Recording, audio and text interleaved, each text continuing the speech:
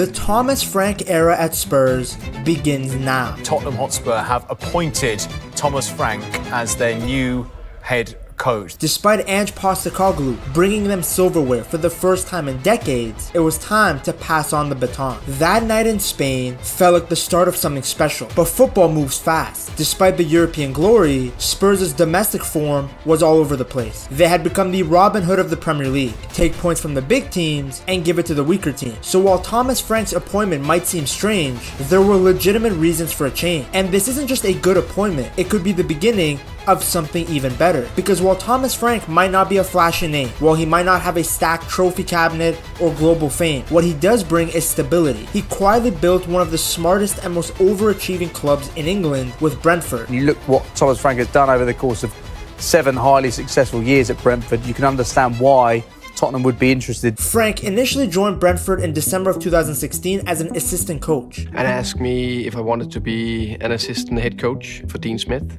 together with Richard Kelly. His job was to quietly learn, help out, and get to know the club from the inside. But my ambition was to be a head coach again, and but it also was to get abroad. The long-term plan was for him to eventually replace Dean Smith. Well, in October of 2018, Smith left for Aston Villa. At that stage, Dean Smith left for Aston Villa as to be a head coach there, and I was asked if I wanted to take over. And Frank was given the ropes. Initially, the team did struggle a little bit, but he didn't panic. He changed his formation to a 3-4-3, made some tweaks behind the scenes, and the results began to turn around. By January, Brentford were climbing the table, and Frank was even nominated for Manager of the Month. The next season was his full season in charge, so he was able to really get the team to click. He switched back to his 4-3-3 shape, and with more experience under his belt, he got the Bees buzzing. Get it? Because Brentford's nickname is the Bees and Bees buzz. Oh, brother, this guy stinks! Yeah, I'll show myself out. They won 8 games in a row and actually looked like they were going to get automatic promotion, but it wasn't meant to be. They lost their final 2 matches, which allowed West Brom to finish as runners-up behind Leeds. Brentford was forced to go into the Championship playoff, and they lost in the final to Fulham. But the wonderful thing about Thomas Frank is that he doesn't give up.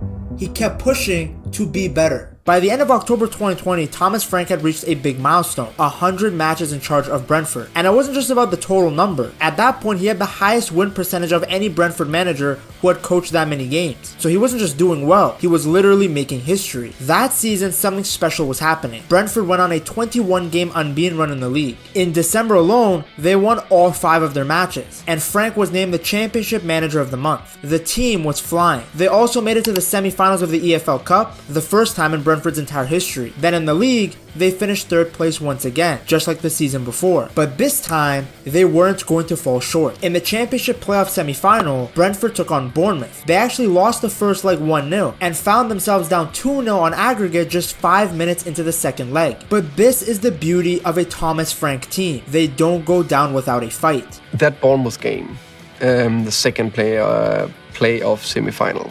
When we're talking masterclass, that was a masterclass. After some rage on the touchline from the Danish manager, so I turned around, smashed my foot into the bin, and then I turned around, no, Thomas, cool, stay cool. For 10 seconds, turned around, smashed my foot into the bin again. Brentford came back and won the game 3-1. In the playoff final, they beat Swansea 2-0 at Wembley. It was a huge moment. For the first time in over 70 years, Brentford were going to the Premier League. I think the promotion day, of course, and the moment with the final whistle is an explosion of feelings inside your brain and body and everything. So that's a crazy feeling. Frank became just the 2nd manager ever to lead Brentford into the top division, following Harry Curtis back in the 1930s. He had done such a good job that now he was beginning to get noticed outside of Brentford. He was named the DBU Coach of the Year in Denmark and was nominated for the London Football Awards Manager of the Year. It was a season full of rewards, and all of them well deserved. Despite all the accolades though, when Brentford stepped into the Premier League stage in 2021, no one really knew what to expect. They were the new kids. Small club, small budget, first time in the top flight in over 7 decades. But what they did have was a manager who had a plan. Brentford began their Premier League journey with fire. They beat Arsenal 2-0 on opening night, and fans started to believe that this team might actually belong here. Thomas Frank full of energy on the touchline, clapped for every good move, and barked instructions non-stop. The team was super physical, and playing them, especially at the G-Tech Community Stadium, was a nightmare. Halfway through the season, Brentford was sitting 14th, 9 points clear of relegation. They ended up finishing 13th when the season was done. Not bad for your first year with the big boys. To succeed, Frank had shifted styles. There was less focus on possession, and a greater emphasis on set pieces and counterattacks. And the consistency and the players know the patterns.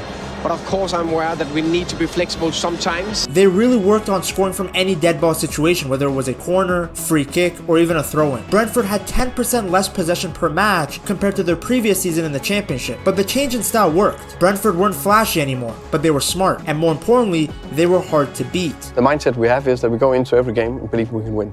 They had a lot of success with their goalie Raya pumping long balls to Tony, who would then flick it on for Mbumo. Again, not the prettiest, but the goal was very simple: to stay up. In their second season, Brentford got even braver. They beat Manchester United 4-0, which I guess isn't that big of an achievement, but United did finish third that season, so I guess it was still somewhat impressive, especially when you compare the wage bill between the two teams. They even did the double over Manchester City. With Frank at the wheel, they didn't just stay up. They punched well above their weight. Their record against the top six was very impressive. I mean, you beat Manchester City twice. I mean, we're talking about the best team in the world. And despite working with a fraction of the budget of the other top Premier League teams, they were still able to get results. Frank hit 200 games as the Brentford manager in October of 2022, with more wins at that mark than any coach in the club's history. That Christmas, he signed a new 4.5-year contract. Brentford finished the season 9th, just missing out on Europe, and it was proof that the previous year wasn't a fluke. While the previous seasons were above expectations, the 2024 season was a very hard year for Thomas Frank and his side. Injuries hit the squad like a wall. They had 21 injuries, 11 surgeries, and were without their best player Ivan Toney for most of the season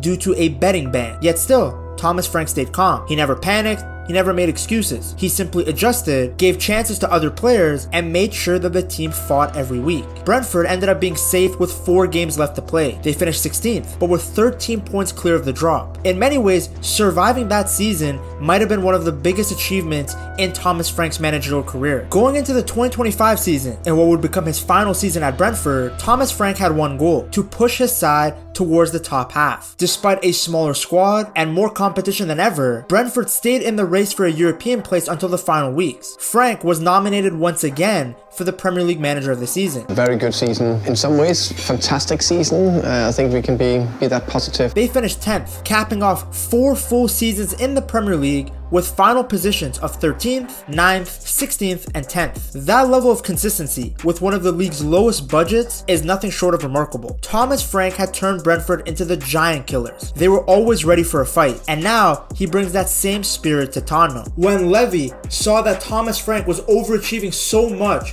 with such limited resources, I know his balls were tingling. That's exactly the type of manager he was looking for. Every season, Frank lost good players. Sometimes it was his best goal scorer like Mope, Ollie Watkins, and Toney. Other times it would be someone in his back line like Raya and Konsa. Yet without fail, he would adapt. But I believe that Levy was also impressed by Frank's ability to develop talent. Frank doesn't talk about projects. He builds them, something that the Danish manager has been doing long before he came to England. Frank used to be a teacher and started his coaching career in Denmark's youth system. He then managed Denmark at the Under-17 Championships in 2011. His team actually reached the semi-finals after beating England, who had Raheem Sterling and Jordan Pickford. In that team, he had Pierre-Emile Højbjerg, who many Spurs fans know very well, and Christian Norgard. Then when he got to Brentford, he transformed many good talents into top Premier League players. It was under Thomas Frank that Ollie Watkins transformed from a winger into a center forward. That move was pivotal to his career. If he stayed as a winger, who knows what would have happened to his development. That change in position completely changed the trajectory of his career, as he became one of the very best number 9s in the league for a few years. Then you also have Toney, who could have been at a top team right now, but he wanted the money so that he can spend it on Bet365. You also have Mbumo and Wisa, who evolved into elite players. In fact, in the 2025 season, Mbumo was one of the best forwards in the league. He got 20 goals and 8 assists on a side that ended up mid-table. Then you have Damsgaard, who got 10 assists as an attacking midfielder in the 4-2-3-1, but nobody talked about him. You can't tell me that there isn't pretty privilege in football, because this guy is a baller, but because his hairline is sprinting away from him and he plays for a club outside the top 6, nobody appreciates his ability. I also want you guys to take a look at the different kind of profiles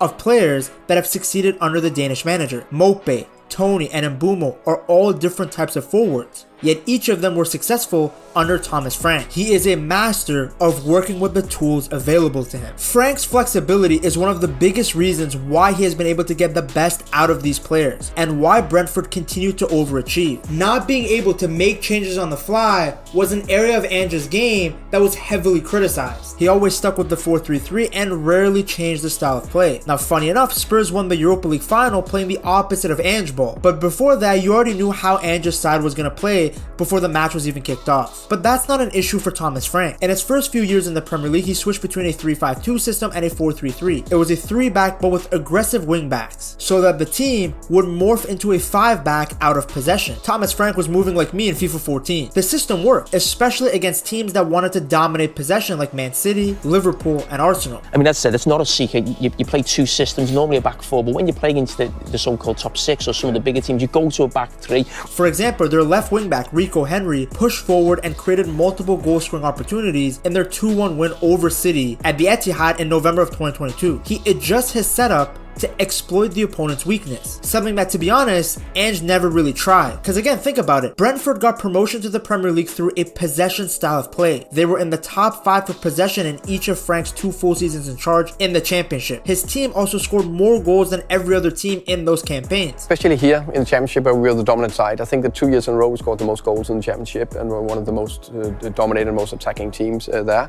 But he completely changed his philosophy and style as soon as he got to the Premier League. He became far more pragmatic. We think the team is better with a back 3, back 5 when we need that sometimes. Going into a league that we know is maybe the toughest league in the world, and you need to be able to defend well. They went from dominating the ball to becoming a counter-attacking side. Look at this chart. It very much shows what Brentford's identity was. Go long, go fast, and play direct. In all 4 of their top flight seasons, they were one of the top 5 teams for the number of long passes that they played. Their peak came in the 2023 season, where 16.6% of their passes were hit long, often aimed at Ivan Toney. Thomas Frank is more flexible than your local hooker. In 2023, I saw him use a 3-4-3 with Wissa on the left, Josh Da Silva on the right, and Mbeumo as a right wing back and Toney up front. But then when Toney left, Frank changed his system up again. Initially, he started with a 4-3-3, but realized tweaks were needed, hence why, according to The Athletic, 4-2-3-1 was actually the most commonly used formation by the Dane in the 2025 season. Instead of long balls, he transitioned to having Damsgaard feeding through balls to the fast wingers, players like Wissa and Mbeumo, and it worked wonders. There was a reason both of these guys reached double figures. I believe the hope is that Thomas Frank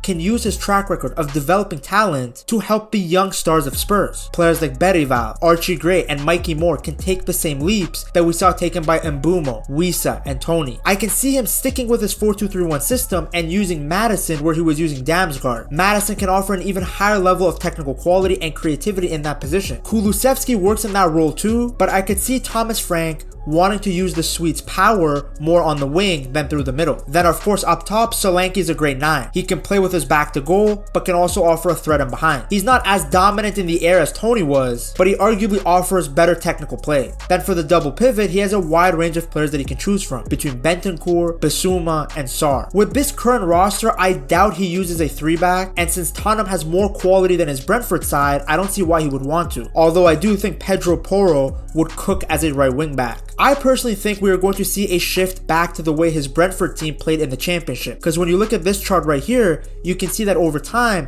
his Brentford side was moving further towards a slow and intricate style, the same style that they used to get promotion to the Premier League. Now that Frank has more access to talent and money, I think he will try to have his sides keep the ball more. But the good thing is that he will also likely encourage his players to not be afraid of being direct. Under Ange, Tottenham played only short passes. Only Man City had less long passes played than Spurs. But under Frank, we could see elements of his Brentford side when it comes to putting long balls into the channels to create opportunities. And believe me, his strategy works. Look at where Brentford ranked in expected goals per shot. They make up 3 of the top 10 seasonal averages. So don't get it twisted. Frank's teams do not just hoof the ball for no reason. Then out of possession, his Brentford side didn't press all the time like Spurs did under Ange ball. Spurs, for example, were second in the Premier League when it came to pressures in the final third. Meanwhile, Brentford were 14th. This is actually a good sign to Spurs fans because a big reason for all their injuries was the high intensity pressing. The way Frank wants to see his team without the ball is far more sustainable, especially given how many competitions there are. Now, Ange and Thomas Frank aren't just different in their tactical styles.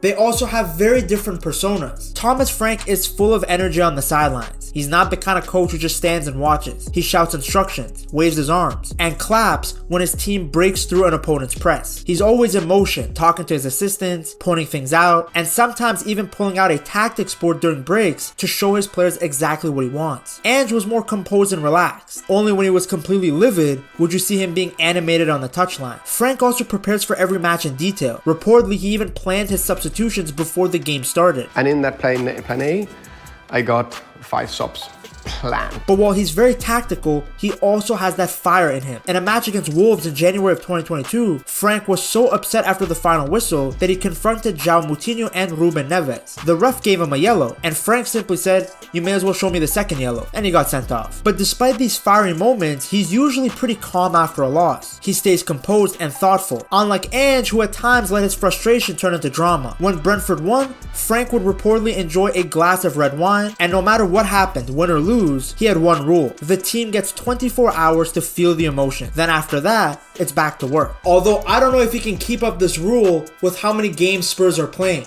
When you have 3 matches in the span of 5 days, you don't really have 24 hours to cool down. Frank also built a strong culture at Brentford. He had one clear rule: no egos, no troublemakers. He called it his no dickheads policy. And you mentioned the no dickheads policy.